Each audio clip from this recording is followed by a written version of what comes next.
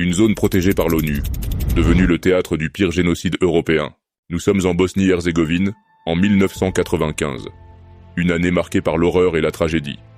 Srebrenica, une petite ville, devient le théâtre d'un massacre inimaginable. 8372 vies fauchées en quelques jours. Des hommes, des garçons, arrachés à leurs familles, victimes d'une haine aveugle.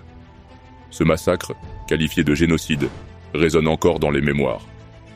Les forces serbes de Bosnie, sous le commandement de Ratko Mladic, envahissent la ville, pourtant déclarée zone de sécurité par les Nations Unies. Les casques bleus, impuissants, assistent à l'horreur. Les réfugiés, espérant protection, se retrouvent piégés. Les hommes sont séparés des femmes et des enfants.